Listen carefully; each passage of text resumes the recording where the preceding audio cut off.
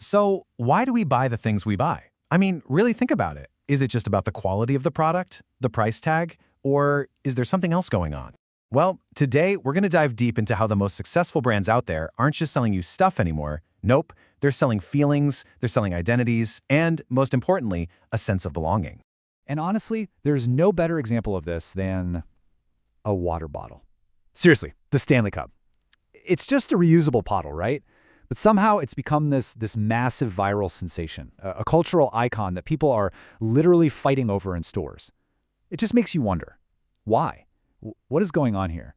Yeah, and this is way more than just a passing fad. Just look at these numbers. Stanley's revenue, it just exploded.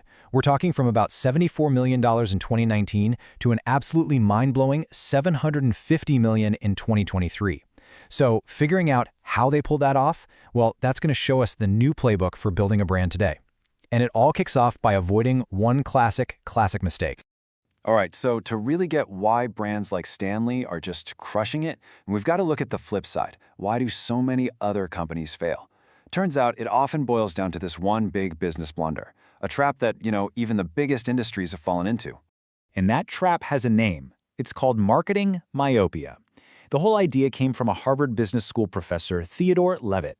And basically, it's this kind of corporate tunnel vision, a super nearsighted focus on just selling the product instead of seeing the bigger picture of what customers actually want. And let me tell you, this is a huge deal. It's a big reason why a staggering 90% of new products just fail. And Levitt had this amazing quote that just nails the concept perfectly. He said, "People don't want to buy a quarter-inch drill. They want to buy a quarter-inch hole." See? It's so simple. The customer doesn't really care about the drill itself. What they want is the results. The drill, that's just how they get there. And when companies get this wrong, the consequences can be massive. I mean, look at the classic example, the railroad industry. They almost went extinct because they thought they were in the railroad business. But they weren't. They were in the transportation business. So while they were obsessed with their trains, other companies swooped in with cars, trucks, and planes and just took all their customers. They were so focused on selling their product, they forgot about the actual need they were supposed to be solving. Okay, so if marketing myopia is the trap, what's the way out? How do you avoid it? Well, let's get into the good stuff and see how today's smartest brands are not just sidestepping this trap, they're flipping the whole script on its head. Right, let's go back to Stanley. Because as we said, they're not really selling you a water bottle. No way. They are selling you community. They have absolutely mastered the art of turning a simple object into, like, a membership card for an exclusive club. It's a symbol of who you are. So, how in the world did they pull this off? Well, first, they took this 110-year-old brand, known for being super practical and, for blue-collar workers, and they turned it into a must-have fashion accessory. They do these limited edition color drops, the colorways, that create this crazy sense of scarcity and desire. And remember that viral video of a Stanley Cup surviving a car fire? Their president, Terrence Riley, did something brilliant. He didn't just post about how tough the cup was, he bought the woman a new car. He leaned into the human story, not the product spec. And that's the key right there. They let their customers help write the brand story. So you're not just buying a cup, you're buying your way into this whole shared identity. Okay, next up, a company that did something I thought was impossible. They made olive oil cool. I mean, really, Graza took one of the oldest foods on the planet and just completely reinvented it for a whole new generation. Okay, let's break this down because it's pretty brilliant. First, the squeeze bottle. It's not just about making it easy to pour. It sends a message. It says, hey, I'm not that fancy oil you hide in the cupboard. Use me, all the time. Then you've got that bright green color. It just pops on your counter, almost like a piece of art. And their social media? Forget about complicated, stuffy recipes. It's all about, just drizzling oil on a pizza. What they're really selling is the feeling of being that effortlessly cool home cook, the one who loves good food but isn't pretentious about it at all. And now for our last case study, and this one might be the most wonderfully bonkers of them all. Liquid Death. They took the most simple, basic, boring product you can possibly imagine, water, and somehow made it feel like an act of pure rebellion. Honestly, this is just pure marketing genius.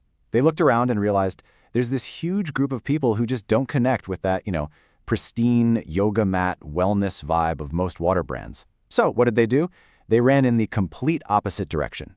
They put water in a tallboy beer can, their tagline is "Murder Your Thirst," and their marketing feels more like a concert than an ad. They even, get this, turned their angry online hate comments into an actual heavy metal album. And the result? They made something as simple as hydration feel totally punk rock. So, we've seen what these brands are up to, but that's not the whole story, is it? To really get it, we need to understand why this step works so incredibly well on us. And for that, we have to look at a little bit of the psychology behind it all. Okay, so check this out. Research from neuroscientists like Dr. Antonio Damasio has found something pretty fascinating about how our brains work when we're making choices.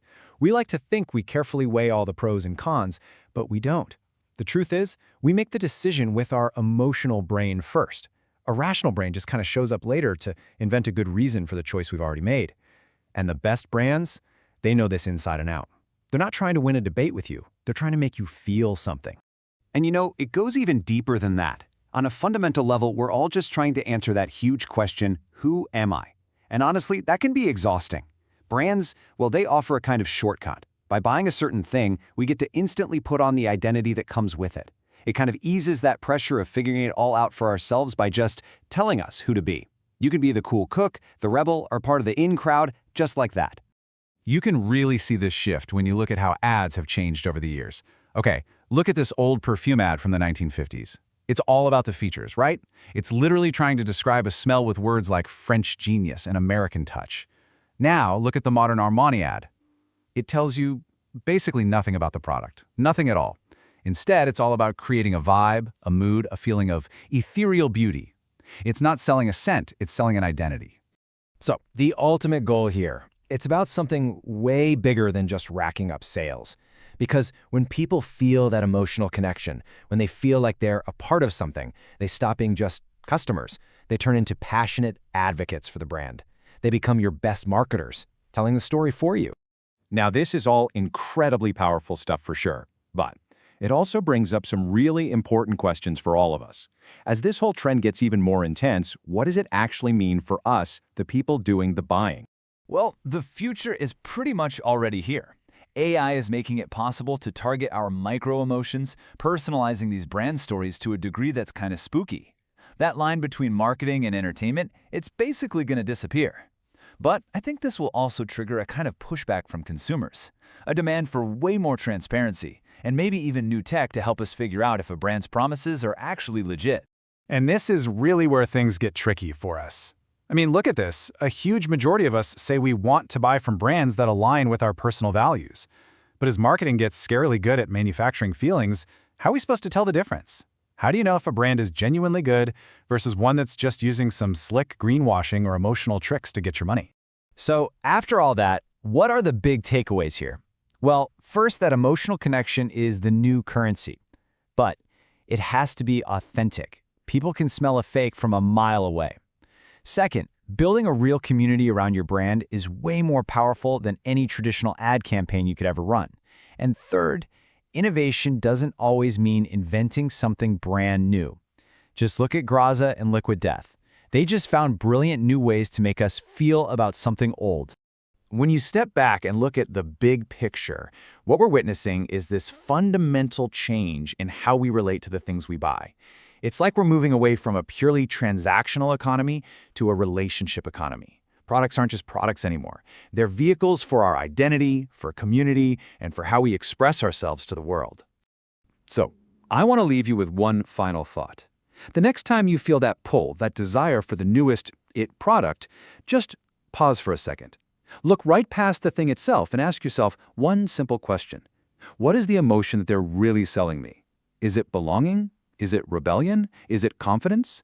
Because understanding that, that's the real key to navigating this new world and being a more conscious consumer.